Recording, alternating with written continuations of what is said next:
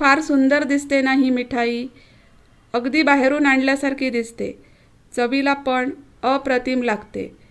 अगदी कमी साहित्यात आणि गॅस न वापरता तुम्ही पण ही घरच्या घरी बनवू शकता. या रक्षाबंधनला तुमच्या भावासाठी ही घरगुती मिठाई तुम्ही बनवा. तुमच्या राखीसोबत ही मिठाई पण तुमच्या भावाला नक्की आवडेल.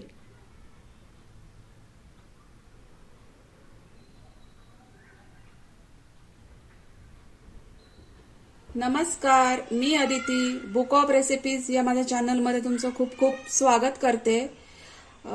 रक्षाबंधन जवळ येतंय, तर प्रत्येक बहिणीने आपल्या भावासाठी घरूनच मिठाई केली तर किती छान. तर तशीच एक साधी सोपी मिठाईची रेसिपी मी तुम्हाला आज दाखवणार आहे. फायरलेस रेसिपी आहे, याला गॅस लागणार नाहीये. तर बघूया या रेसिपीसाठी काय काय साहित्य लागतंय ते. तर या रेसिपीसाठी मला लागणार आहेत, हे मी पिस्ता घेतले, सजावटीसाठी लागणार आहे. ही आहे पिठी साखर, जवळजवळ 2 मोठे चमचे पिठी साखर आहे. ही मिल्क पावडर आहे, आपल्याला जे छोटं 10 रुपयाचं मिल्क पावडरचं पॅकेट मिळतं तेवढी पूर्ण मिल्क पावडर आहे. ही घरची साय आहे, 2 मोठे चमचे ही घरची साय मी घेतलेली आहे. आणि ही आहेत बिस्किटं. तर आपण बिस्किटांपासून बनवणार आहोत. 2 फ्लेवर मी बिस्किटांचे घेतलेले आहेत. हा रेग्युलर फ्लेवर आहे बिस्किटाचा आणि हा जो आहे तो चॉकलेट फ्लेवर आहे. ही 100 ग्रॅम आहेत आणि ती पण 100 ग्रॅम आहेत. तर प्रथम आपण काय करूया, ही जी बिस्किटं आहेत तर ह्यांना असं तोडून यांची मिक्सरमधून बारीक अशी पूड करून घेऊया. मी याची आणि याची सेपरेट अशी मिक्सरमधून बारीक पूड करून घेते. बघा, मी दोन्ही बिस्किटांची सेपरेट अशी फाईन पावडर करून घेतली आहे. मिक्सरमध्ये बिस्किटं तोडून टाकायची आणि त्याची व्यवस्थित अशी बारीक अशी पावडर करून घ्यायची आहे. ही बघा. आता काय करायचं की ही जी प्रथम आहेत ना त्याच्यामध्ये आपण काय काय घालूया ते मी तुम्हाला सांगते. की ही जी मिल्क पावडर ठेवली आहे ती निम्मे मिल्क पावडर आपण याच्यामध्ये घालणार आहोत आणि निम्मे पिठी साखर, म्हणजे जवळजवळ 1.5 चमचा पिठी साखर. पिठी साखर ऑप्शनल आहे तुम्हाला, कारण बिस्किटं गोडच असतात. तुम्हाला जर अजून जास्त गोड आवडत असेल तरच तुम्ही पिठी साखर घाला. आणि आता आपण हे सगळं व्यवस्थित एकत्र करून घेऊया. चला, आता हे मिक्स करून झालंय. मग आता ह्याच्यामध्ये ही जी घरची साय आहे ती मी ऍड करते आणि ह्याचा आपल्याला एक गोळा मळून घ्यायचा आहे. ज्याप्रमाणे आपल्याला 1-2 चमचे मी पहिलं घातलंय साय आता, आणि मी आता व्यवस्थित एकत्र करून ह्याचा गोळा तयार करून घेते. तुम्हाला जर थोडी गरज पडली तर अजून तुम्ही साय, किंवा साय नसेल तर दूध वापरलं तरी चालेल. आणि असं एकत्र व्यवस्थित छान मळून घ्यायचं. बघा, आता मी त्या बिस्किटांचा असा व्यवस्थित मळून गोळा तयार करून घेतलेला आहे. अंदाजे मला 3 चमचे साय लागलेली आहे.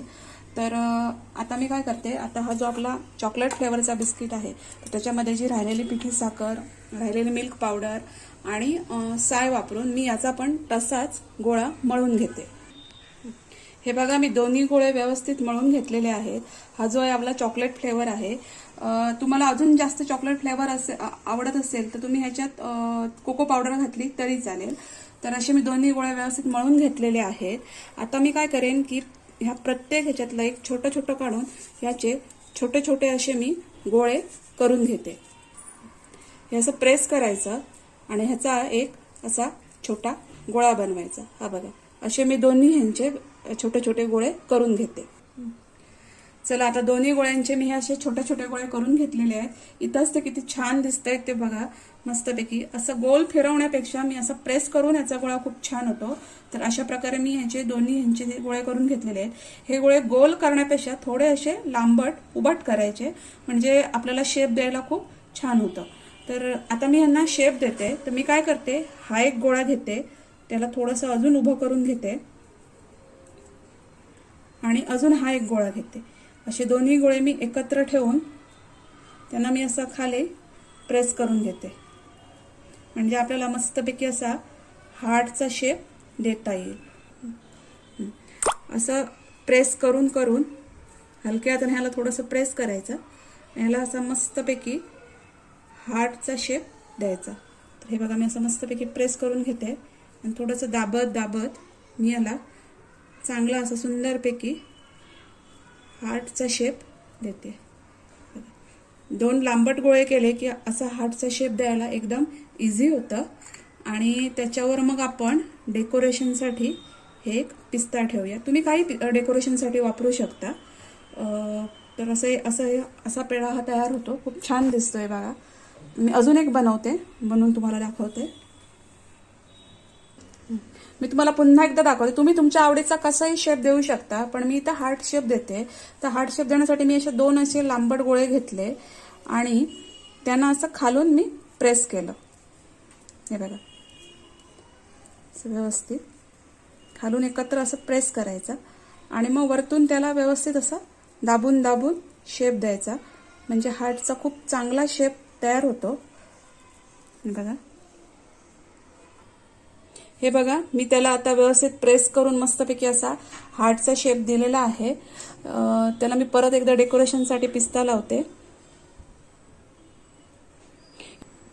तुम्ही इथं चॉको चिप्स सुद्धा लावू शकता किंवा आपले जे हे असतात ते मगजच्या बिया त्या पण एक लावली तरी पण खूप छान दिसतं. तर असे हे मी सगळे हार्ट शेप बनवून घेते आणि मग तुम्हाला दाखवते. मी या रक्षाबंधनला तुमच्या भावासाठी ही घरगुती होममेड साधी सोपी मिठाई करून बघा. चवीला फार अप्रतिम लागते. तुमच्या भावाला नक्की आवडेल.